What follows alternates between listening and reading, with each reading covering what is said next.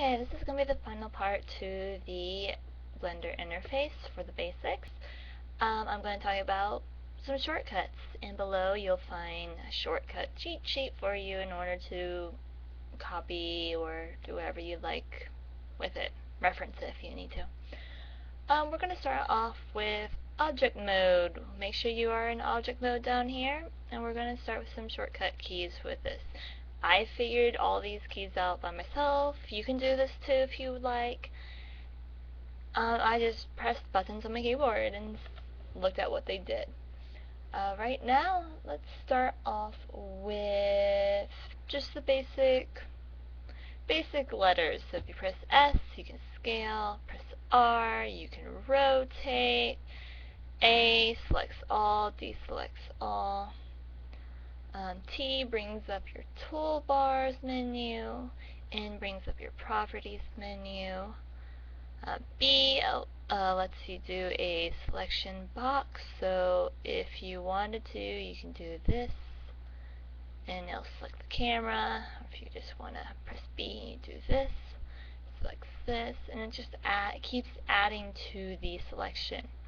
So press A, so press B. I just want that. There you go. If you don't want to select anything, press your right mouse button and it goes away. Also, C brings up this nice little circle, and this circle is just like B. The only difference is it's a circle, and all you have to do is just click. And just keep clicking. Just keep clicking all little vertices that you want, and then right click and it'll go away. G, whatever object you have selected, you press G, it'll grab the object, and then you can just move your mouse around until you're happy where you want to put it. I'm going to put it over here, and press your left mouse button, and it'll confirm the movement. Let's see here, did scale, did select all. Let's see. V brings up the vertex paintbrush, like I did in the previous video. You could see that it's the same exact thing. Color the vertices. There you go. M brings up the move to layer panel, so if you want, you can select the object, and I moved it to layer 2, so if you come down here, you'll notice there's a little dot in the layer 2 panel, so click that, and there you go. There's the object that you moved to layer 2. Then you go back to layer 1, press Control Z, that will undo your last editing or your last movement. If you press Shift S, this will bring up the snap grid or snap menu. You can do snap the selection to the grid, which snaps it to the grid. You can do it anywhere. You can snap cursor to center, and it'll snap the 3D cursor to the center. If you press Shift D, this will duplicate the object. If you press Shift F, this is called fly mode. It's almost as if you're controlling a moving camera that is filming, almost. You can left click it to just confirm it, or you can press escape to exit. If you can hold down Shift, right click any object, and now add to it. So we're going to select those two. If you press Shift G, it'll bring up the select group menu. You can go through that and play around with that. If you press Control Q, this will bring up the menu of, do you want to quit Blender? If you do Control O, it brings up the open menu. You always press cancel up here. If you do Control U, this brings up, do you want to make the current file the default startup file? So whenever you start Blender, it'll always bring up this file if you save it with Control U. You can also make one of these apparent. So since this box is the one that's selected, because it's a yellow rather than an orange, I'm going to do Control P, and it'll bring up Set Parent To. So I'm going to say Set Parent To Object, and now I can move these two, and they're both. No matter what I do to this, the other one will always stay in its position and move along with it. Also, if you press Control A, it brings up the Apply Transformation menu. If you do Control C, it'll bring up the copy menu, so copy selection to buffer. Control V, paste selection from buffer. And then we're just going to move that, and look, now you've got a nice, lovely pair of squares to go with it. Control V, of course, paste, if you did not know. This is my favorite. You can do Control N in case you just want to restart from the startup file from the very beginning. You can go ahead, and that'll bring up the Reload Startup File option. Now, if we go into Edit Mode, this is the Edit Mode. You can tell it's in Edit Mode when the lovely little circles here, these little things, show up. These are your vertices. You hold down Shift and you select those two, and now you've got an edge. This is the selected edge. If you select these four, you have your face. You can do all kinds of things with these if you wanted to. Like, let's see here, if you press W, this brings up your specials menu, and this allows you to subdivide, merge, and hide, and do all kinds of things. And when you subdivide, it splits the your selection in half. So it splits this edge in half to put a point here, same thing here, same thing here, and same thing here. And that's why you get a nice cross in the middle. If you press W again, subdivide again, it splits those squares in half, as you can see. You press U, brings up the UV mapping option.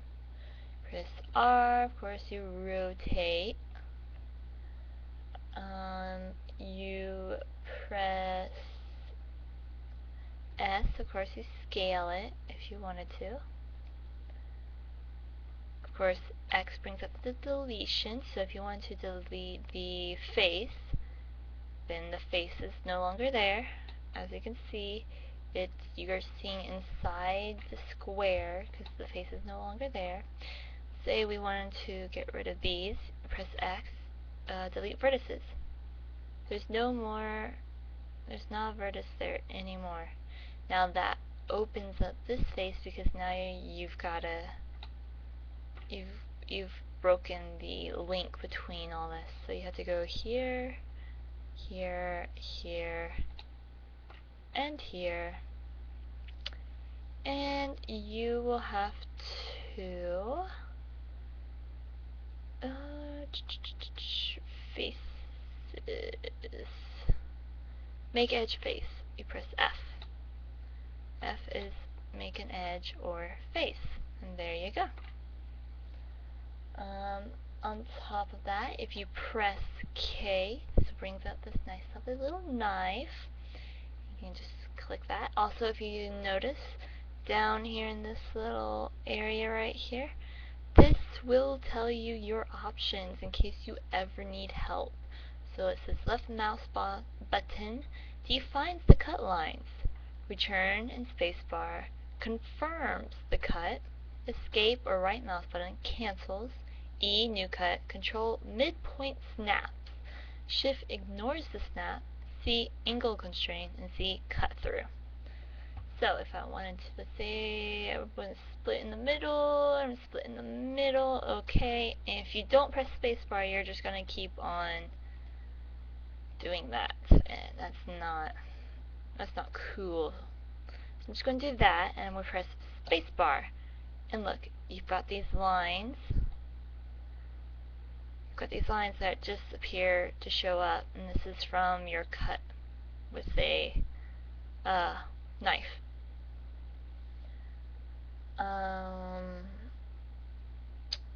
If you press Control E, it brings up your Edges menu. Control V brings up your Vertex menu. And Control F brings up your Faces menu. Also, another fun thing to do is, let's go to Object Mode. So like this and go to Edit Mode. Okay, there we go. Sorry. I am having a sticky mouse right now. Anyways, we're right here. What you can do is you press Control R, and this will bring up this pink looking square. This is basically a ring. It goes around your object that you have.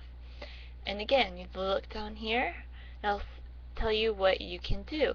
Select a ring to be cut. Use mouse wheel or page up down for number of cuts. Hold Alt for smooth. So right now it comes with a single ring. So it says if you use your mouse wheel, if I go up, look, 2 cuts, 3 cuts, 4 cuts, 5 cuts, and it goes on and on and on and on until it's like so many little cuts.